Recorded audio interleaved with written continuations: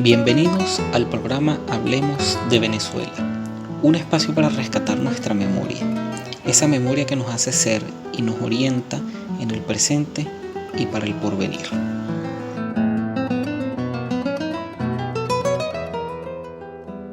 Hoy es 19 de abril. Hace 210 años se dio inicio a un largo proceso que derivó en la independencia de Venezuela y la formación de un nuevo Estado en el concierto internacional, así como fue un evento fundamental en la cristalización de la nacionalidad venezolana. Por eso, sin tenerlo planificado en el primer momento, de esto se tratará el primer Hablemos de Venezuela, hoy 19 de abril. Tenemos como fondo de pantalla la famosa pintura de Juan Lovera denominada El tumulto del 19 de abril. El 19 de abril fue la revolución sin sangre. Y no hay país que como en Venezuela se haya abusado tanto de la palabra revolución. Aquí prácticamente cualquier revuelta, alzamiento, azonada, levantamiento, tumulto o chinche le hemos llamado revolución. Incluso hoy vivimos desde 1999 una época llamada Revolución Bolivariana, que no es más que el ascenso electoral de un grupo político que ha violentado todas las normas democráticas e institucionales, pero eso no es el tema que trataremos hoy. Hago referencia al mal manejo de esta palabra para reivindicar el verdadero carácter del 19 de abril de 1810 como una auténtica revolución, como la primera que se da en nuestro territorio con éxito y que avanza hasta sus últimas consecuencias, la desencadenadora de la independencia y que ayudará a consolidar la formación de la nacionalidad venezolana. Todos sabemos lo que pasó el 19 de abril, así que no vamos a echar el cuento, ¿no? Todos en la escuela hemos visto el dibujo o incluso lo hemos hecho del balcón del Cabildo, la gente gritando en la Plaza Mayor, Vicente Emparan ahí en ese balcón y Madariaga atrás señalando con el dedo para que la gente diga que no. Esa es parte, digamos, de nuestro crecimiento, nuestra formación escolar. Por eso no nos enfocaremos tanto en eso. Me quiero enfocar es precisamente en una discusión que ha sido permanente y que me parece hasta de mal gusto, de si había intención o no en los conjurados de ese día en alcanzar la independencia o apenas era un movimiento para defender al rey Fernando VII. Hay quienes enfocan en el mensaje y en los títulos, en el nombre incluso de la Junta Suprema Conservadora de los Derechos de Fernando VII y en las proclamas que se hicieron en el momento. Alegan con esto que incluso si la guerra de independencia se hubiese perdido por los patriotas, el 19 de abril sería considerado el Día del Rey o alguna especie de celebración promonárquica, porque ese día precisamente eso, se conformó una junta para defender a Fernando VII contra las intrigas de los franceses. Yo creo que eso muestra un desconocimiento en la personalidad de los complotados, pero también de cómo funciona la política, no solo en este país, sino a nivel mundial. O sea, creo que ahí están tocando apenas la superficie y no entran realmente en la profundidad. Por eso creo que primero debemos ver los días antes del 19 de abril, cuando todavía ni siquiera se sabía lo que había sucedido con la Junta Central de Sevilla, que había sido disuelta, y se comienza a gestar una sonada militar promovida por los hermanos Francisco, que era el Marqués del Toro, y Fernando Rodríguez del Toro, que era el inspector general de las milicias. Allí también participan los hermanos Bolívar, Simoni y Juan Vicente, los Montilla y los Ayala. Esta conspiración se conoce como el cuartel de Misericordia, que era el cuartel de las milicias que daba al lado del cuartel San Carlos, donde hoy está el Palacio de Justicia, por esa zona, ¿no? Allí se procuró hacer ese alzamiento, el cual fracasó. Y bueno, Emparan no tomó ninguna medida así, digamos, de gran resonancia, sino simplemente confinó a los cabecillas, a los que ya nombramos, a sus haciendas.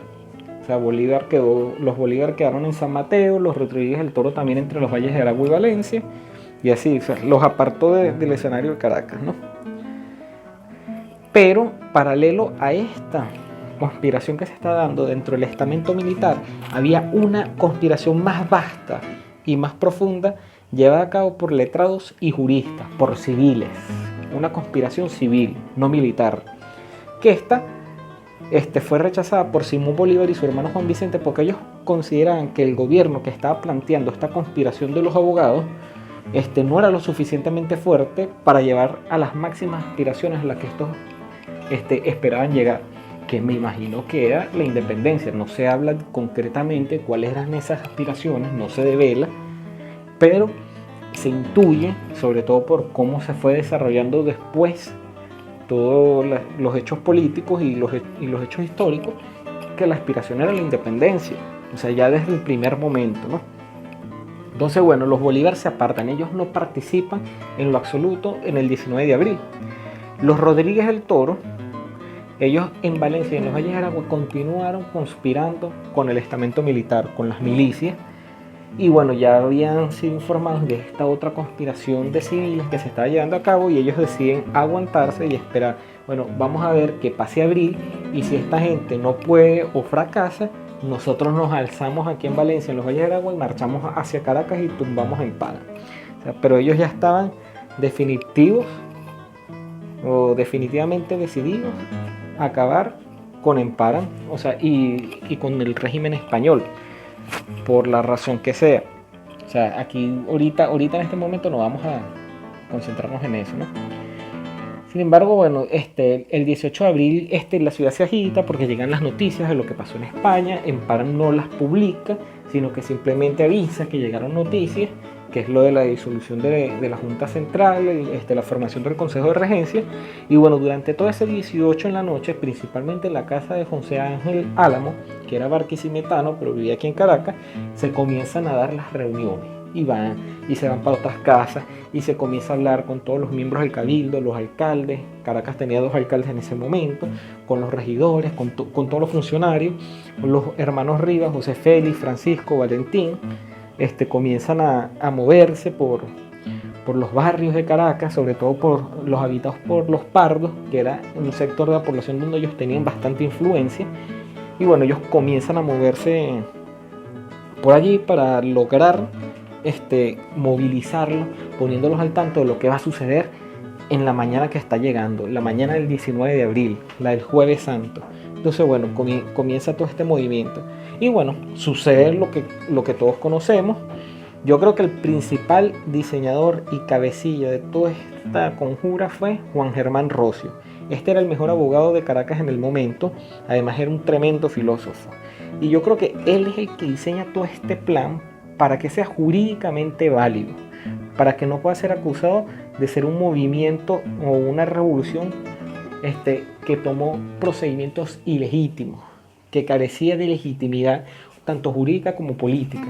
Allí Rocio se esmeró realmente en buscar qué era lo que había que hacer, cómo había que hacerlo, y por eso obviamente se enfrascaron o se enfocaron en utilizar al Cabildo de Caracas como herramienta, ¿no? Entonces, bueno, si bien contrario a la versión gubernamental, sobre todo la actual, donde nos hacen creer que el pueblo en masa aspiraba a arrancarse las cadenas de un oprobioso mandato español, aquí entra en juego realmente el tema discursivo, que precisamente es el que utilizan los que dicen que esto no era un movimiento independentista per se, que era el de la defensa de los derechos de Fernando VII. Y Rocio aquí es muy bien conocido en la historia por ser muy mañoso y hábil para engatusar con las palabras. Bueno, era un tremendo abogado realmente, y con el discurso él solía salirse con la suya.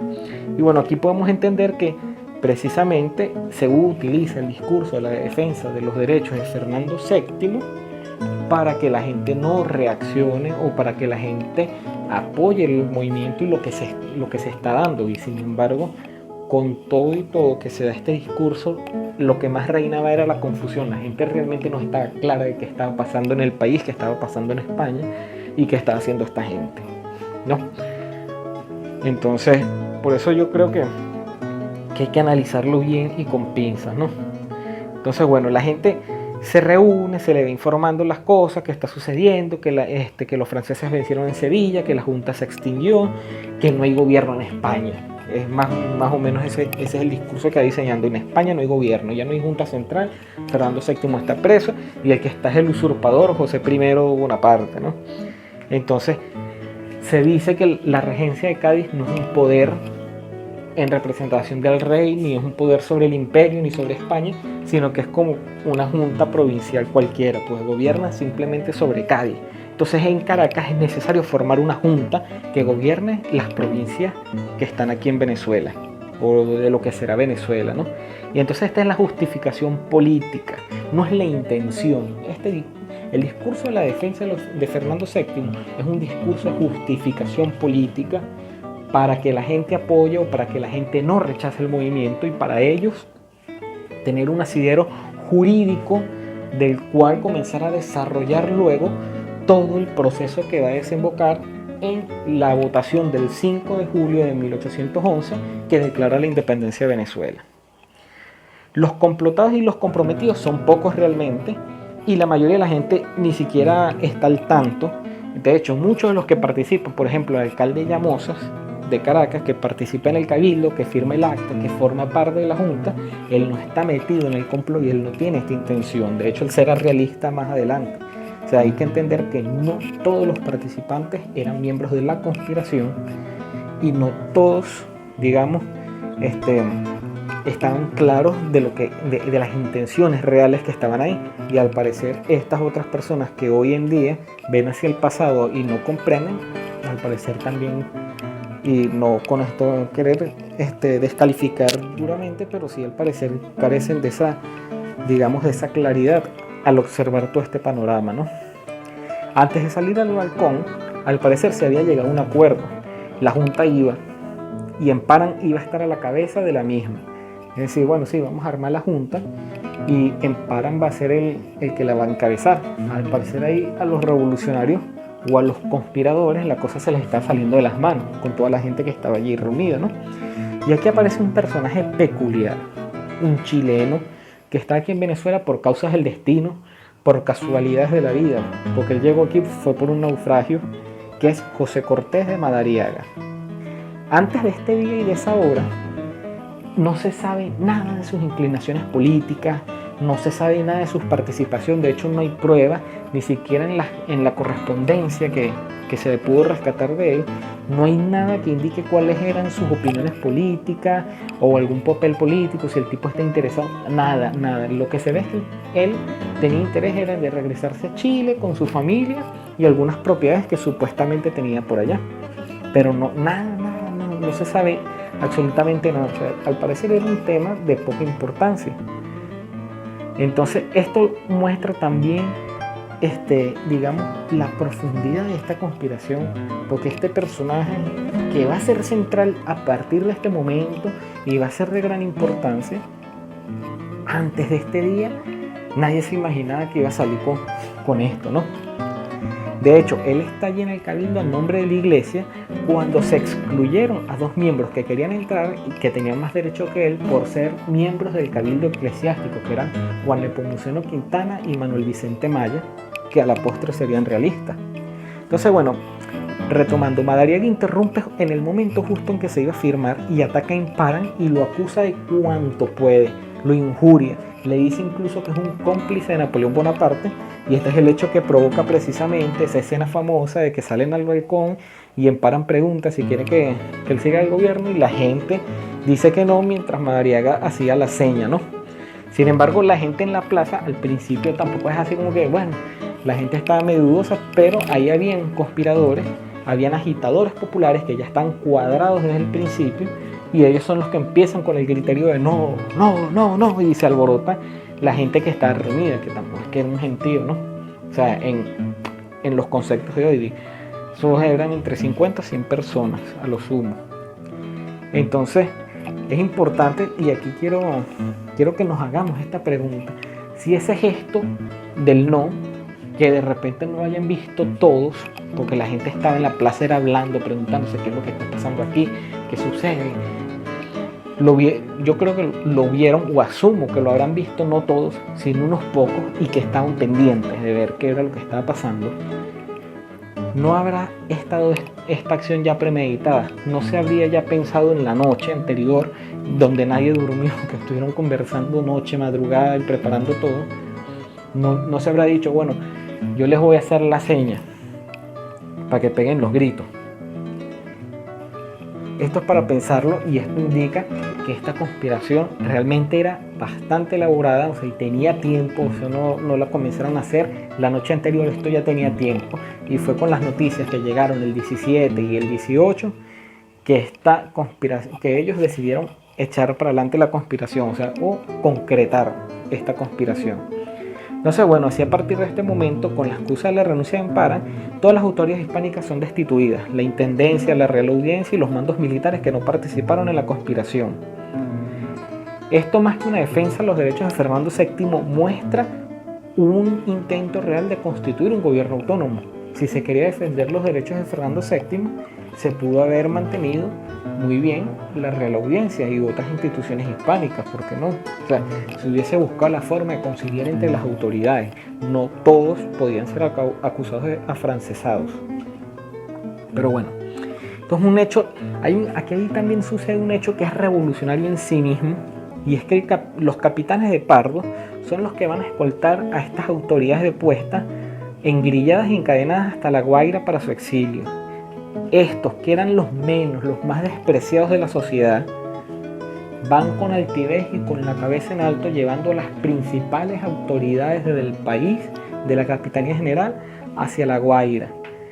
O sea, imagínense el efecto que esto causaría tanto en la psicología de estos personajes como en el resto del pueblo. Ver pardos, morenos, que eran considerados ciudadanos de segunda, carecían de un montón de derechos, llevando al poder, o a lo que era el poder, atados de cadena, presos a La Guaira, ellos con autoridad. Y esto va a ser importante en lo que se va a desencadenar más adelante. Inmediatamente se firma el acta y en los días consecuentes se envían mensajes a todas las ciudades de América explicando e incitando a realizar lo mismo. Seguid el ejemplo que Caracas dio. El intendente Basadre en Filadelfia, antes de embarcarse a España, él recordando, va a escribir que en las calles se están cantando canciones alusivas a la independencia e incluso algunas estrofas de lo que luego formarían el Gloria al Bravo Pueblo, que es nuestro himno nacional. Entonces me van a decir que no hay intenciones en este momento de independencia y de construir un nuevo Estado, de consolidar una nación. Esto no era lo que estaba en las mentes de Juan Germán Rocio, de Rivas, de Juan Ángel Álamo, de los Montilla, de Madariaga y de los principales conspiradores. No eran estos los principales independentistas que luego tomarían las riendas de todo el movimiento durante los siguientes años, hasta que los fueron opacándose ante la figura de Simón Bolívar. Pero estos personajes estuvieron allí activos. Madariaga incluso en el 17 lo vamos a ver peleando por siempre mantener un gobierno republicano y la validez de la Constitución de 1811. ¿Cómo es que una junta defensora de los derechos de un rey empieza a tomar medidas revolucionarias como poner fin al comercio de esclavos, a la reducción de aranceles comerciales, la extinción de tributos y entre otras? Son acciones de gobierno que van contra la médula del antiguo régimen, y es fundamental poner punto en esto. O sea, eso no es que pasa de un día para otro, que de defensor del rey me hago revolucionario. Esto ya venía planificándose. Claro, hay una forma timorata bastante diplomática de llevar a cabo el movimiento, que por supuesto utiliza todas estas figuras jurídicas, pero es para la justificación, repito. Eso es lo que le da mayor legitimidad. ¿Cómo buscar la legitimidad de todo lo que estamos haciendo? Lo estamos haciendo en defensa del rey Fernando VII preso en Bayona. No hay rey, tenemos que gobernarnos y nos gobernamos, en defensa y contra las autoridades francesas.